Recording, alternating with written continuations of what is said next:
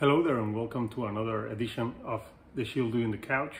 And today I'm going to talk about another essential album, video number 2. And today I'm focusing on this album I have right here, legendary album from the Smashing Pumpkins. Obviously this is Siamese Dream, released in 1993. This is an album that it was the band's second album. At the time they had a lot of pressure to deliver.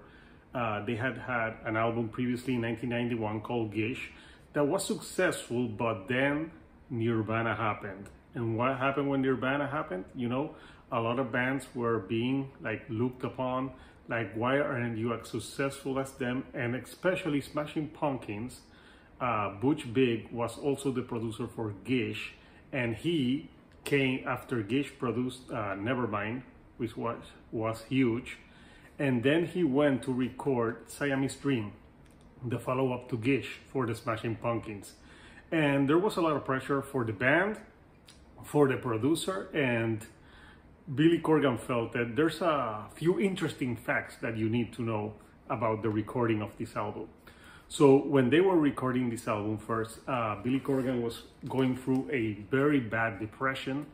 I think it shows in some of the songs, and he was feeling depressed. He was doubting his skills as a songwriter, a lyricist, and also he was much of a control freak. And at the time, other members of the band, James Iha and Darcy, they were dating when they were doing Gish. And after Gish ended, they broke up. So they had to record together, being broken up. So that was another thing that added tension to this record. And on top of that, Billy Corgan was such a control freak that he recorded most of the guitar and bass parts on this album. So I think that had to put more pressure on the band, and certainly this album tested them as a band to their breaking point. They also recorded this album in Georgia, so Jimmy Chamberlain, the drummer, he had an issue with drug addiction, especially heroin. So they wanted to record somewhere where he was away from all the drugs so he could focus and they could finish the album. And that's something they did. Another thing, Butch Vig came back to record this album. And this is when the band recorded albums in analog. So, you know, there's a lot of cutting of tape. There's nothing electronic, nothing fancy. It was how they did records in the 90s until digital came. And Butch Vig was pushed to the limit because Billy Corgan was so controlling that he needed to have everything so precise. But the recording of this album, you know, the sound, something that stands out to me about this album is the guitar tone. When you hear the guitar tone in this album, you're like, oh my God, that is Siamese Dream by the Smashing Pumpkins. It's that recognizable. And it's something that it's attributed to, you know, Billy Corgan. He's not everyone's cup of tea in his singing style. But you know what? The way he sings, to me, they complement the music and the sounds of the Pumpkins, the lyrics. He sings with his heart. And even though his voice is an acquired taste, it really brings these songs to life. Other interesting facts about this album is that Courtney Love, who used to date Corgan, I think before she dated Kurt Cobain from Nirvana, claims that most of the songs on this album were written about her. But actually Corgan said in an interview that that's not the true case. You know, they were written about another ex-girlfriend that he had, and they were broken up. So Courtney Love just, you know, wanted to be the center of attention like always. The song Space Boy is a song that is very personal to Billy Corgan because it's about his little brother who had a mild cerebral palsy and Tourette's and other ailments. So the song was about him.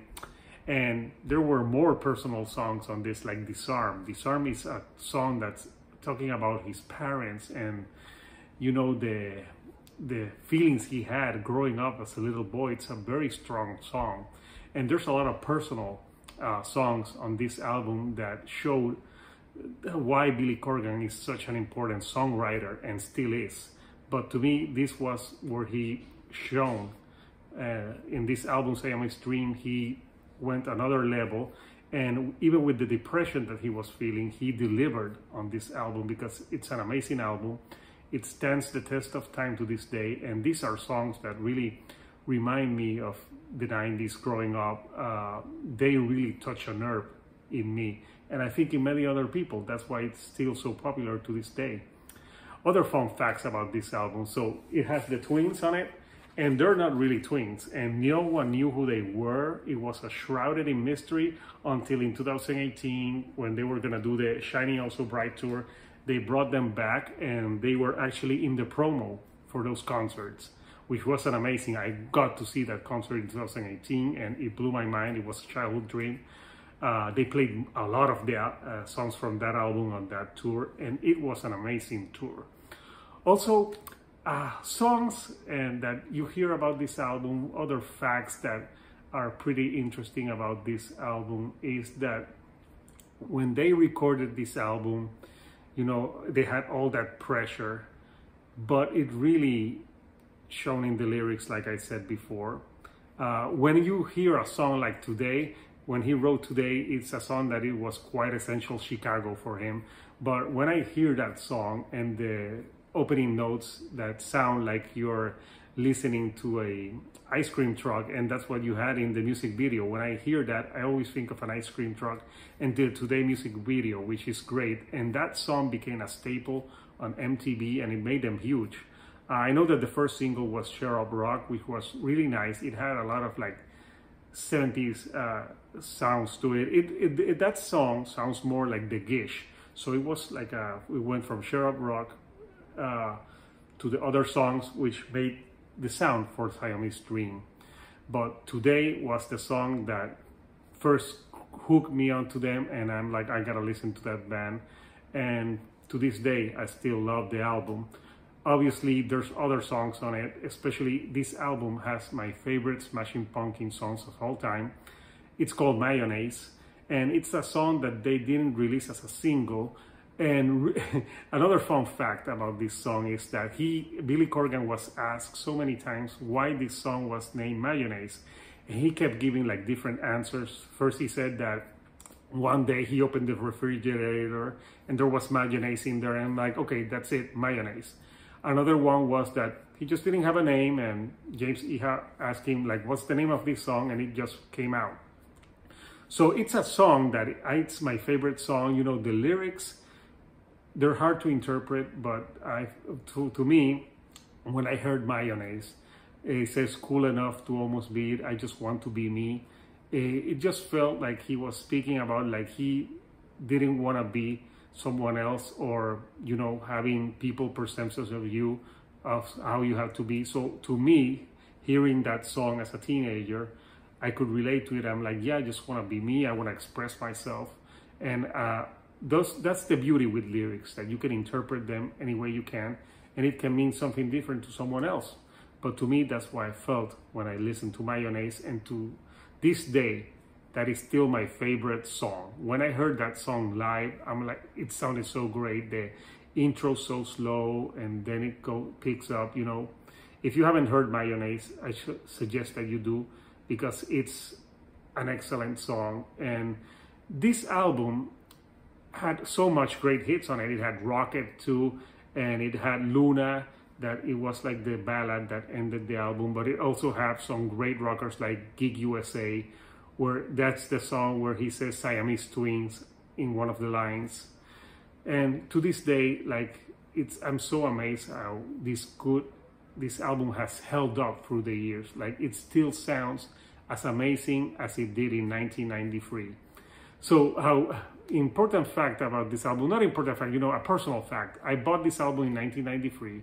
I was actually going to buy Beck Mellow Gold, but I don't know what happened. I saw this cover, and I think I've heard a few of the songs, and I bought it. And you know what? To this day, I'm so glad, because I don't listen to Mellow Gold that much, but Smashing Pumpkins, Siamese Dream is an album that I listen to so much.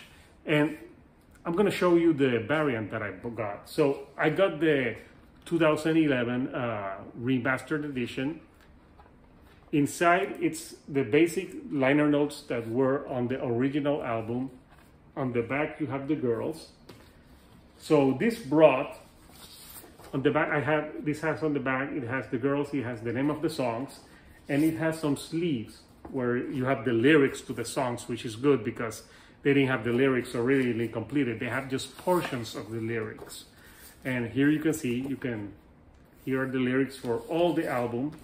And let's see the vinyl, shall we? So this is what the vinyl looks like. It has the girl. Standard black edition. It sounds amazing.